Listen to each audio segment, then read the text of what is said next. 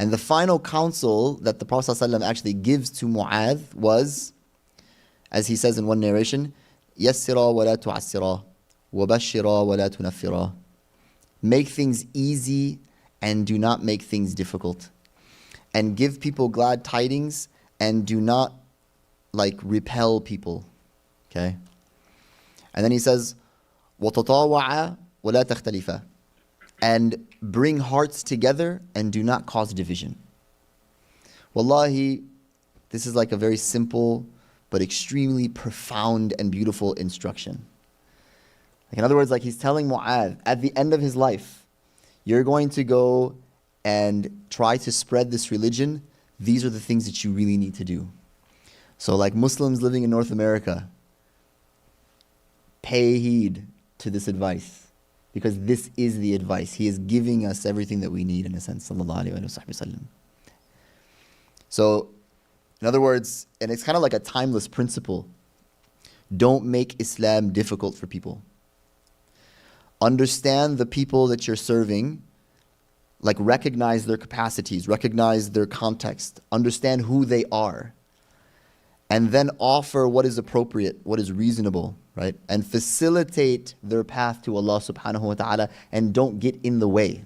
Shaykh, Abdul Halim Mahmoud, the late Shaykh al-Azhar, would say the exact same thing. The role of a real da'i, the role of a real person who is calling to Allah subhanahu wa ta'ala, is to walk alongside the creation of Allah subhanahu wa ta'ala, pointing them constantly to Allah subhanahu wa ta'ala.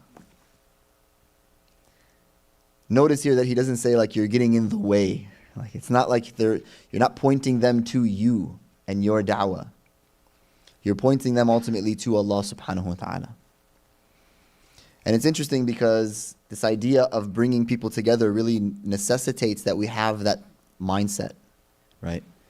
If the Majlis, for example, was an organization that thought that we're the only people that do what we do, and unless we're here, this thing called Islam in America is just not going to work. That's really problematic. Extremely problematic. And what it does is it ultimately renders a kind of toxic approach to the way in which we would be facilitating people's understanding to religion. You see? And at the heart of that is that we wouldn't actually be doing this work collectively. And that's a must. And that's also part of what the Prophet ﷺ is telling Mu'adh, bring people together. Focus on bringing people together and beware of things that will divide the community, because this is a massive trick of the shaitan. And it's really heartbreaking, particularly today, to see so many scholars, so many preachers, so many teachers who, sure, you speak haqq, perhaps, but you deliver it without any wisdom.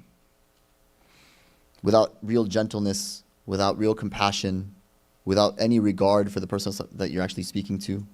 Right? And truth without compassion can become a barrier.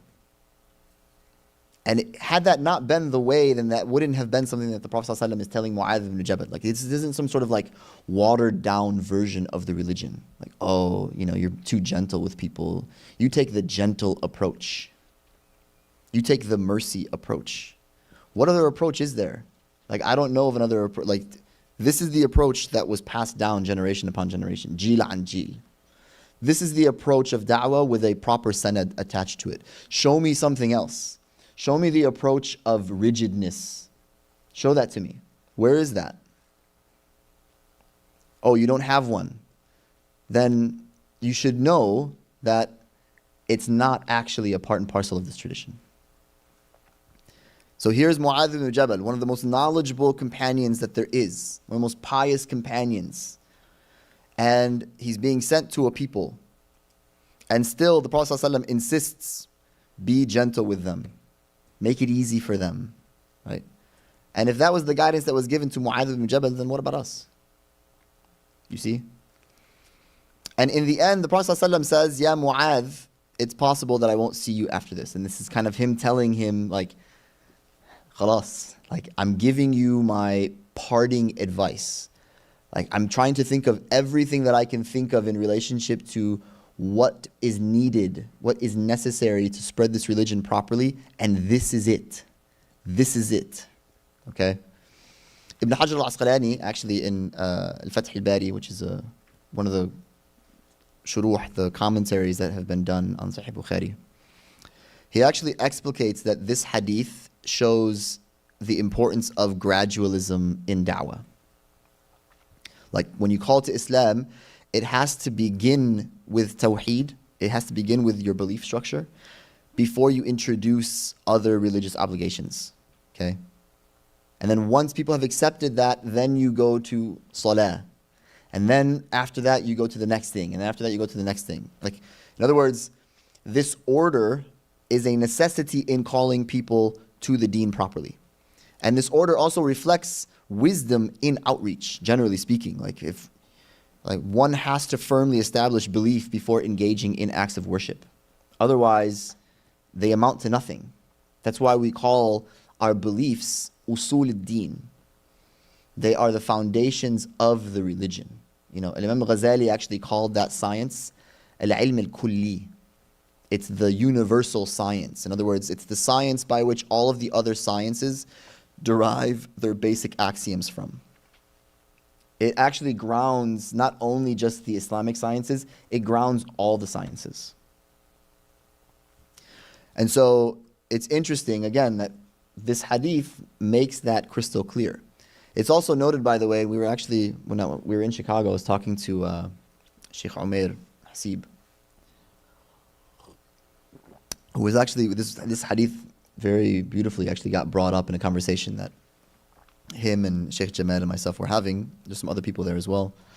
And, he actually noted that Al-Iraqi, another Hafidh al-Iraqi, another great muhaddith of the tradition, he actually highlighted that this sort of gradualism and this tartib, like putting things in this sort of order and moving in that ordered way, in other words, like putting things in their place, is a necessity. And someone, a da'i who does it otherwise, is actually guilty of dhulm for his people.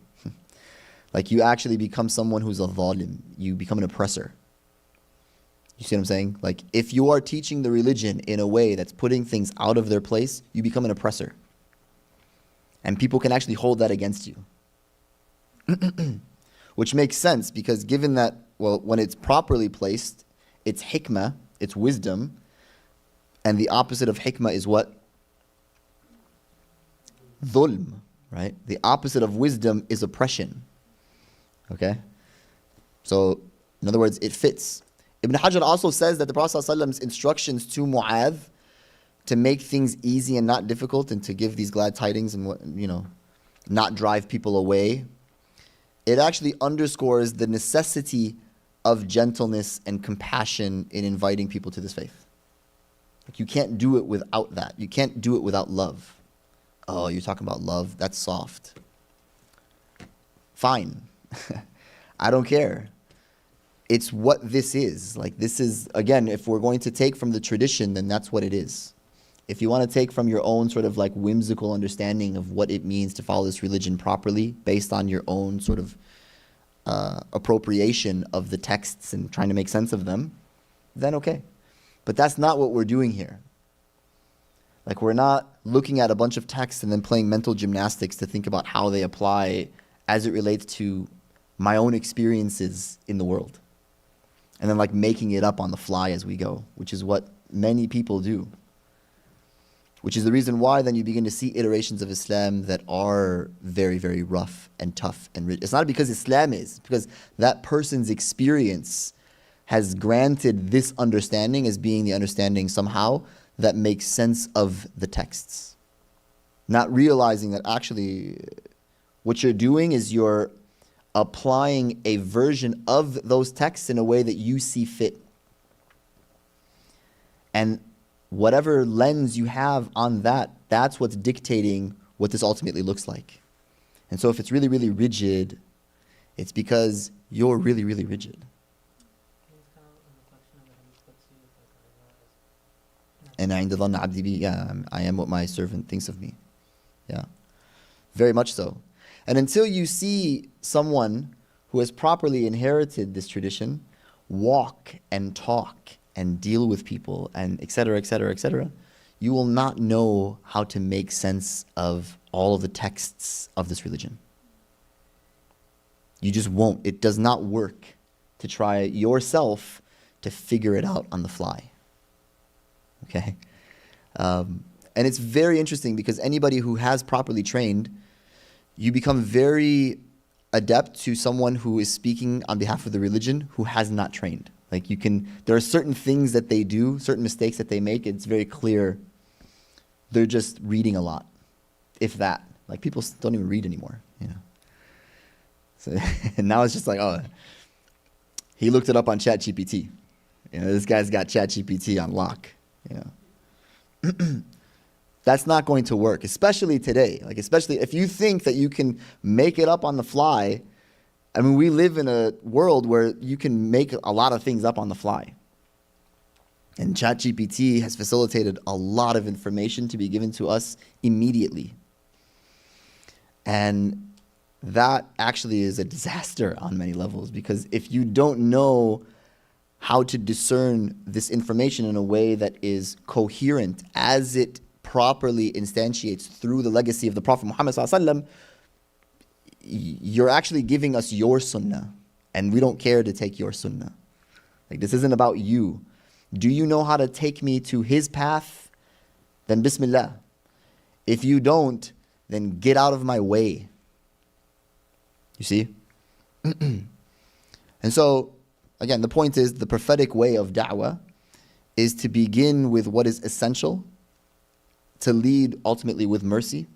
وَمَا أَرْسَلْنَاكَ إِلَّا رَحْمَةً لِلْعَالَمِينَ. We've only sent you as a mercy to all of creation. And then to build on the basis of that with wisdom and with tact. Okay? And this is the way of those sent specifically to lead da'wah.